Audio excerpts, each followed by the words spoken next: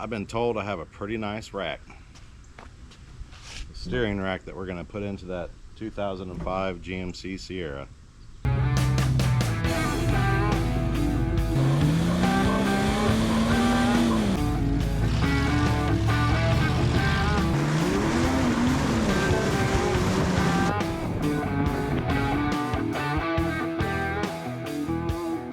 Okay, so the rack came in for the 2005 GMC Sierra, and the shipping company, they took really great care of the package, as you can see. And so now I'm going to unbox it and make sure it's all okay, and we'll install this thing. So as you can see, the rack is hanging out of the end of the box. Well, here is one of the tie rod ends. Hopefully the other one is still in the box. So this rack is from Detroit Axle, and even though there's a hole in the box, I'm trying to preserve the box the best I can. You're supposed to send the core back, and so I just plan to reuse the box to send the core back in.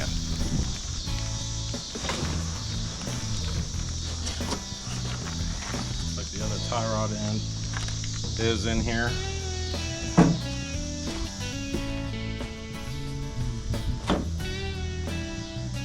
See this right here. You must send back your core to activate your lifetime warranty. So since it was kind of handled roughly during shipping, I'm going to look it over and just make sure the threads or anything like that aren't torn up on the ends of the rack.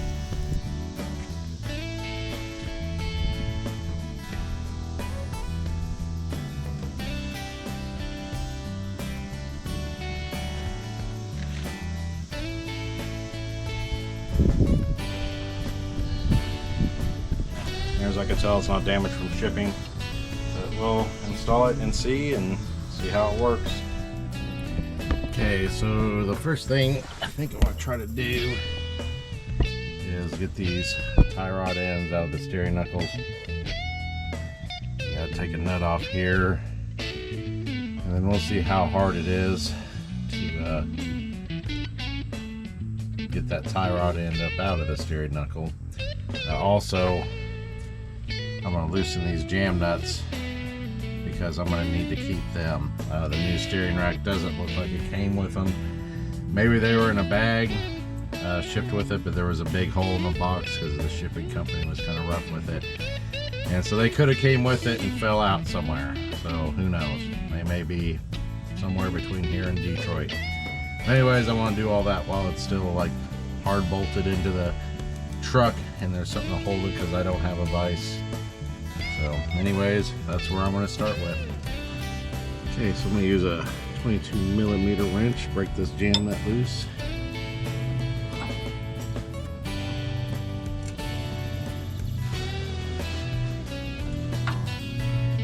I'm going to use a 18mm wrench to get the nuts off the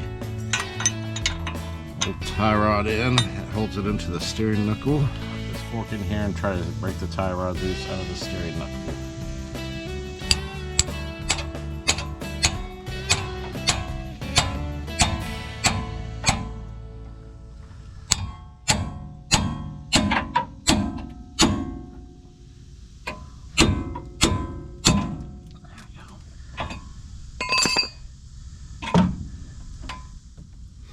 So this is the reason I'm replacing this rack. It's leaking on the end. Truck's got 220,000 miles on it, so I'm just going to replace the whole thing. And plus there's holes in this boot. I don't know if you could really see it on the video, but anyways, let's put this rebuilt rack in and get her fixed up. So you may be wondering why I kept the tires on it and have it on ramps. It's just because it's more stable, and I figured I'd probably be tugging on it and this a lot, and I've actually had a car fall off of jack stands before, and now I'm a little leery of it, and it just seems a little bit safer to have it on ramps for now.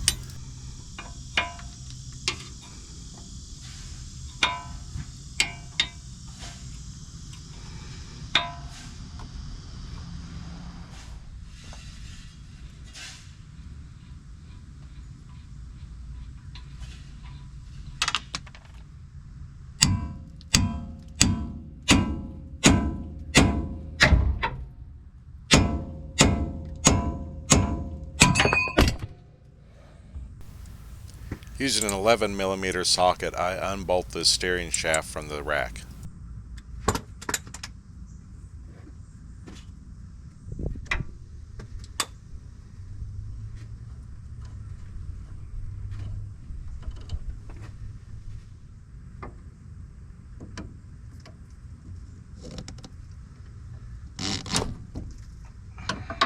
I want to pull these lines off. They take an 18mm wrench.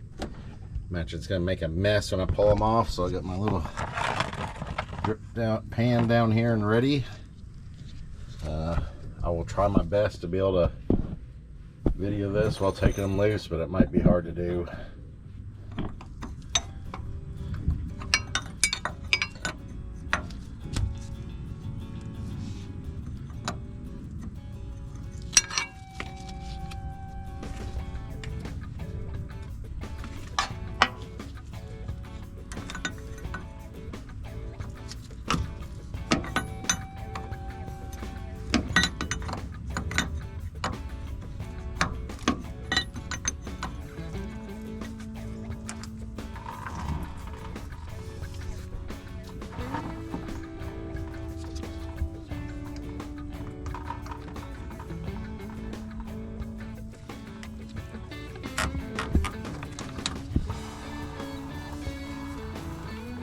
Okay, so now we are going to undo the bolts that hold the rack in place.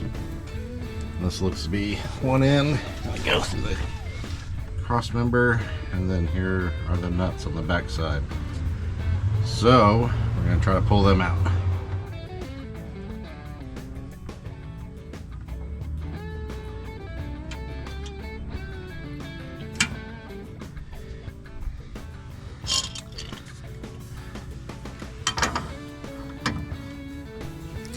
I hate to use crescent wrenches. I prefer to use a specific size, but I didn't have one big enough to fit this nut.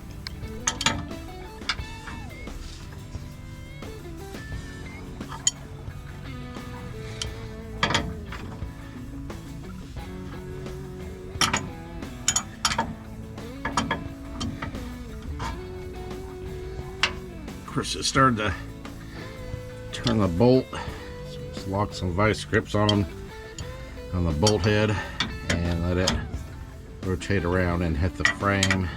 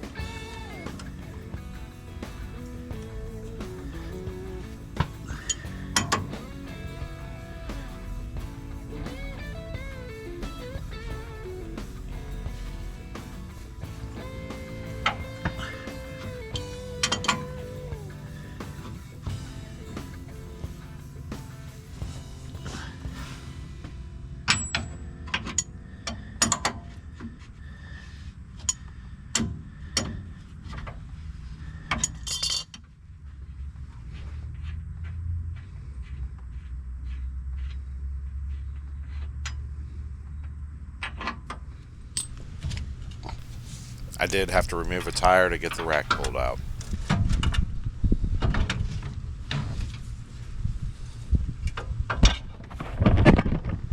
So here's the old steering rack. As you can see, there are holes in the boot. It's pretty well eaten up. And this tie rod end, I didn't break the boot. Before you could actually see the ball in the tie rod end, so it was pretty wore out.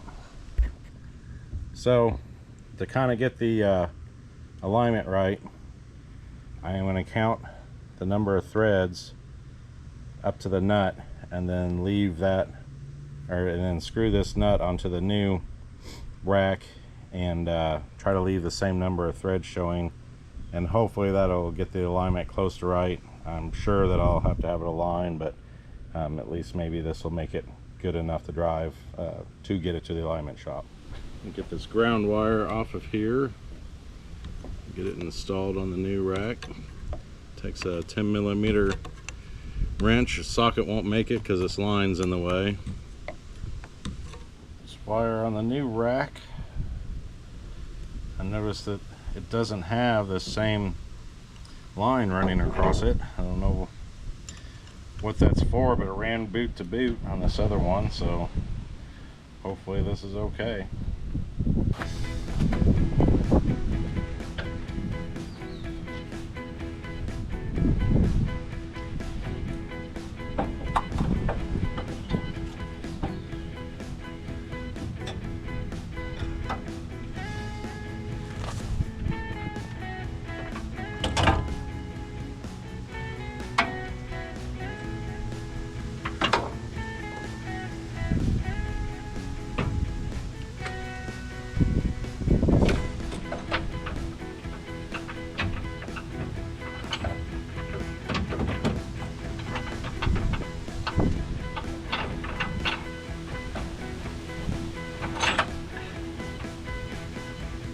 So here is where that ground wire bolts to.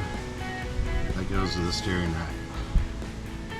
Figured I'd show it best I could. Get the actual mounting nuts put back on. So you gotta pull the steering shaft back down. This is where the bolt goes. And there's a groove in the shaft where the bolt passes through. So I'm just gonna... Sorry, I can't do this without having my hand in the way.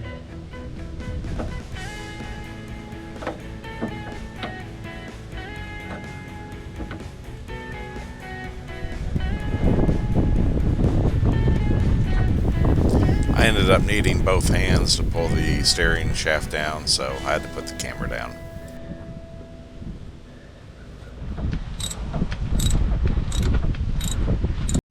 So I didn't show what I did on camera, but anyways, I went and made sure the steering wheel was straight. And then I turned the wheel to where it would make the rack centered. So there's an equal amount sticking out on either side. And then I dropped the tie rod into the knuckle, tighten the nut, and there's a little hole running through the end of the tie rod end threads. I don't know if you can see it on here. Anyways, you got to get your castle nut tight and lined up, and that way you can put a cotter key through all that. And I'll lock it in place, and then that way if that nut does come loose at all, the cotter key will keep it from backing off and keep your tie rod end from popping off, you know, keep you from crashing and dying and all that stuff. But once you get it adjusted, tighten this jam nut against your tie rod end, and that locks everything in place, and then it shouldn't be able to move. That's what it looks like with the cotter key installed. So now you see that castle nut cannot spin off of there. Okay, so I saved these plugs that I took out, and I'm gonna put them in the old rack for when I ship it back to them, because I saved the old box and everything, because for them to honor the warranty, you have to ship them your old rack back. So this makes sense to ship them their old rack back. They give you return postage and everything. So anyways, put these plugs in just so it's a little less likely to leak everywhere and make a mess, and you know, make problems for other people. I just reused all the packaging that the rack came in.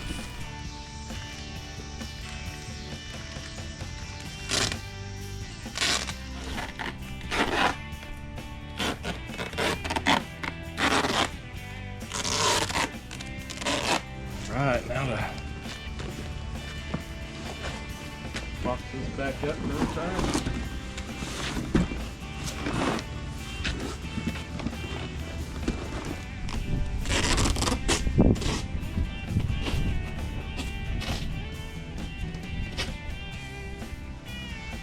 Was even able to save some of the bands off the box.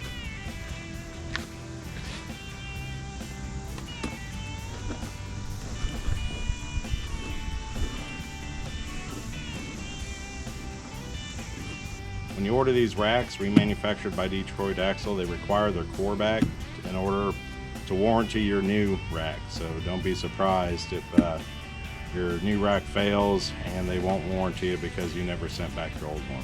It's just how it is. But hey, they send a return label. So all you gotta do is take it to FedEx and send it back. It doesn't cost you anything to send back other than your time boxing it back up. Anyways, it's all boxed up, ready to send back. All right, got her all done. I'm sure I'll have to have an alignment done on it. Then I'll probably have to add more power steering fluid. Of course, you got to replace the fluid that comes out. And then you need to turn your wheel back and forth to bleed all the air out of the system. And as you're doing that, you got to stop every now and then and put more fluid in. And that's pretty well it. I think I'll call her good. And if you're wondering in the future how it drove after this, just ask in the comments and I'll let you know. Thanks for watching.